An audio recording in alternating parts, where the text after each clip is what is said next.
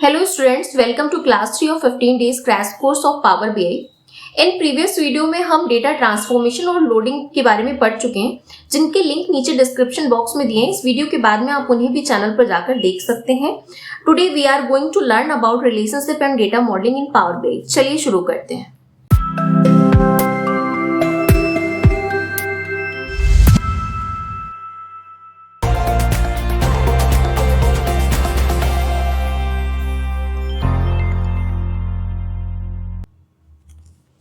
अभी आप देख सकते हैं स्क्रीन में यहाँ पर पावर BI डेटा मॉडल के नाम से मैंने यहाँ पर डेटा को सेव करके रखा है। तो अभी आप देखेंगे कि जैसे हमने यहाँ पर ये जो डेटा बनाया हुआ है, इस डेटा की अलग अलग कैटेगरी है। जैसे कि एक डेटा हमारे पास फुल डेटा होगा, जिसमें कि हमने अलग अलग कैटेगरी को निकाल के रखा है, जिसमें कुछ कस्टमर आईडी होगी या फिर प्रोडक्ट डिटेल होगी या फिर सेल डिटेल होगी। तो अभी यहाँ पर हम देखेंगे जो दूसरा डेटा हम यहाँ पर देखेंगे, जो कि customer ID, customer name, city, ये सारी चीजें हैं।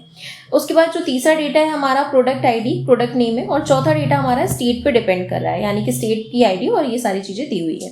तो अभी यहाँ पर हमें क्या करना है, आज रिलेशनशिप सीखना है, कैसे हम अपनी डेटा मॉडलिंग या फिर यानी कि डेटा रिलेशनशिप को कैसे यहाँ पर बना सकते हैं। डेटा रिलेशनशिप होता क्या है हमारे पावर BI में, इसके बारे में अगर बात करें तो ये अलग अलग टेबल का आपस में जोड़ने का काम करता है, जिसको पहले हम थ्योरी में समझ लेते हैं। Data modelling in power BI इसकी हेल्प से सीख लेते हैं यहाँ पर। जैसे कि सबसे पहले हमारे पास जो चार हमने आप शीट आपको दिखाई, मान लेते हैं जो बॉक्सेस बने हुए हैं, ये वही चार शीट है हमारी, जिनके बारे में हमने बाहर आपको बताया कि कैसे हमारी ये शीट बनी हुई है, जिनको हमने बनाया। अब इनमें रिलेशनशिप बिल्डअप करने के लिए हमें करना क्या होता है, तो बेसिकली होता क्या है, रिलेशनशिप जो होता है वो पावर BI को ये बताता है कि अलग अलग टेबल्स का डेटा आपस में कैसे मिलकर एक सही रिपोर्ट दिखा सकता है हमें, ताकि वो एक सही रिपोर्ट को यहाँ पर प्रेजेंट कर पाए। जैसे कि सबसे पहले जो हमारा मेन डेटा होगा, यानी कि जो फुल डेटा होगा हमारा सेल्स के नाम से होगा। ये दूसरा डेटा हमारा कस्टमर है, जिसमें सिर्फ कस्टमर की डिटेल होगी। प्रोडक्ट है जिसमें कि सिर्फ प्रोडक्ट की डिटेल होगी, और लास्ट वाला जिसमें सिर्फ स्टेट की डिटेल होगी। अब सब में आपस में हमें रिलेशन को बिल्डअप करने के लिए यहाँ पर हमें देखना है कि इन तीनों का कुछ ना कुछ डेटा हमारे सेल्स वाले डेटा पे होना चाहिए, मतलब इस मेन डेटा पे कनेक्शन होना चाहिए। जैसे कि पहले वाले का डेटा यहाँ पर कुछ होगा, दूसरे वाले प्रोडक्ट का भी कुछ आईडी या डेटा यहाँ पर होगा, तीसरे वाले का भी यहाँ पर आईडी या डेटा होगा। अब इनको ये जो हमारा डेटा है, इसके लिए हम यहाँ पर इसको बोल सकते हैं, ये नॉर्मल हमारी फैक्ट टेबल होती है, जिसमें कि होल डेटा यहाँ पर आपको प्रेजेंटेबल होता है। आगे बात कर लेते हैं यहाँ पर, जैसे कि हमारा ये स्टेट है। अभी अगर स्टेट की बात करते हैं तो इसे डायमेंशनल हम डेटा बोलते हैं, या डायमेंशनल टेबल बोल सकते हैं आप इसे। ये प्रोडक्ट इसे भी हम डायमेंशनल टेबल बोल सकते हैं, जो कि पर्टिकुलर डिटेल को यहाँ पर प्रेजेंट करता है। कस्टमर है, यहाँ पर हमारा डायमेंशनल डेटा होगा, जो कि पर्टिकुलर डिटेल को हमारा प्रेजेंट करता है। ये सारी जो डिटेल होगी हमारी फैक्ट टेबल पे जरूर प्रेजेंटेबल होगी। ये जो एरो है हमारा, ये एरो हमारा प्रेजेंट करता है, और स्टार हमारा प्रेजेंट करता है, जैसे कि 1 to many, ये मैनी को प्रेजेंट करता है और ये 1 को प्रेजेंट करता है। ठीक है, जहां पर स्टार होगा दैट मीन्स स्टार का मतलब ये मैनी डेटा को प्रेजेंट कर रहा है, और ये जो एरो बना हुआ है ये 1 डेटा को प्रेजेंट कर रहा है। रिलेशनशिप के हमारे 4 टाइप्स होते हैं, जैसे 1 to 1, 1 to many and many to 1 and many to many। तो इनके बारे में हम आगे समझेंगे। इसको स्टार स्कीम के नाम से भी जानते हैं, जो हमारा स्टार होता है। तो इसके बारे में ये हमने जो यहाँ पर आपको ये समझाया है इस मॉड्यूल की हेल्प से, आई होप आपको ये बहुत अच्छे से समझ में आया होगा। ये इसमें मिलियंस ऑफ डेटा, यानी कि मिलियंस ऑफ डेटा को हम प्रेजेंट करते हैं, जो बेसिकली हमारा मेन डेटा होता है। यहाँ पर लेसर डेटा होता है, मतलब कि उसकी थोड़ा सा यहाँ पर क्वांटिटी हमें यहाँ पर दिखाई देगी।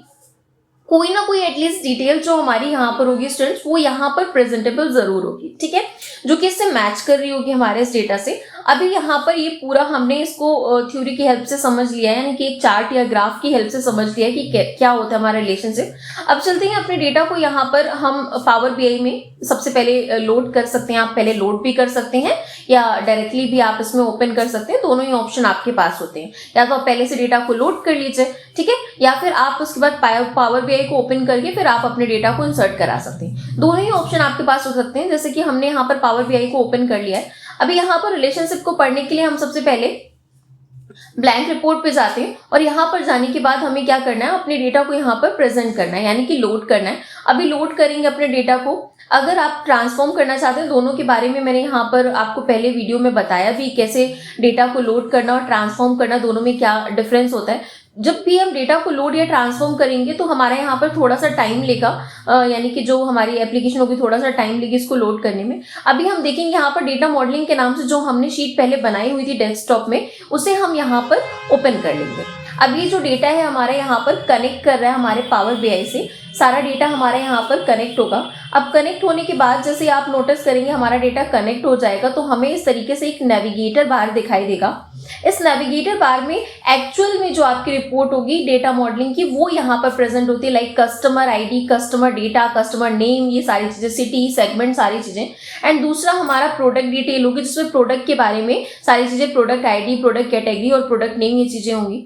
तीसरा हमारा होगा सेल्स रिपोर्ट जिसमें सभी चीजें यहाँ पर होंगी, यानी कस्टमर आईडी भी होगी, प्रोडक्ट के बारे में डिटेल भी होगी और सेल्स के बारे में डिटेल भी होगी। दैट मीन्स सेल्स के बारे में डिटेल होने के साथ साथ इसमें स्टेट के बारे में डिटेल भी प्रेजेंट होगी, यानी कि सारी ही चीजें हमें सेल्स वाली रिपोर्ट में दिख जाएंगी। अब उन तीनों का कनेक्शन हमारी सेल्स वाली रिपोर्ट से होना चाहिए। इसको कैसे हम रिलेशनशिप में दिखाएंगे, जिसके लिए हम पहले डेटा को अपने लोड करते हैं, ये एक कंपल्सरी पार्ट है। हमने अपने डेटा को लोड कर लिया है। अभी यहाँ पर लोड होने में थोड़ा सा डेटा आपका टाइम लेगा। आपने जो भी चीजें मेंशन कराई हैं, जैसे भी हेडिंग बनाई थी, वो सारी चीजें जब आप लोड करते हैं तो यहाँ पर आपको दिखाता है कि कौन कौन सी चीजें आपके सेगमेंट में हैं, सारी चीजें आपको यहाँ पर प्रेजेंट होती है। फाइनली हमारा डेटा यहाँ पर लोड हो चुका है। अभी हम यहाँ पर चलते हैं अपने डेटा को वर्क करने के लिए, जिसके लिए हम यहाँ पर देखेंगे कि हमारे पास यहाँ पर विजुअलाइजेशन के लिए एरिया आ रहा है, लेकिन हमें क्या करना है, रिलेशन से बिल्डअप करना सीखना है, जिसके लिए हम यहाँ पर देखेंगे डेटा में हमारे पास कस्टमर्स, प्रोडक्ट, सेल्स एंड यहाँ पे स्टेट, ये सारी ही चीजें आ रही हैं।